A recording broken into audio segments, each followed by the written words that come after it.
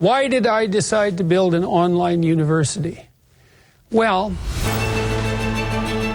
there is a crisis now in higher education. The president of Harvard University resigned today, weeks Does after calling for the genocide of Jews violate Penn's code of conduct?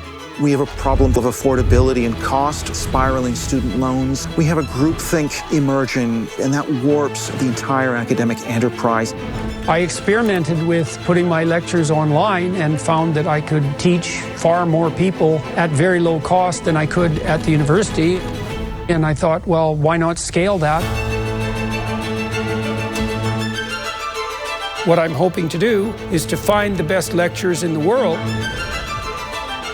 and to bring them to as wide as possible an audience. He came to me and he basically said, I want you to do the best course that you've always wanted to do. We want to bring you the highest quality education possible at the lowest possible price. It's extremely high-level content that anybody can use to educate themselves, and it's available to everybody.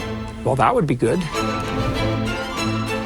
I think it's funny, because I got canceled at the university, so I could try to return the favor.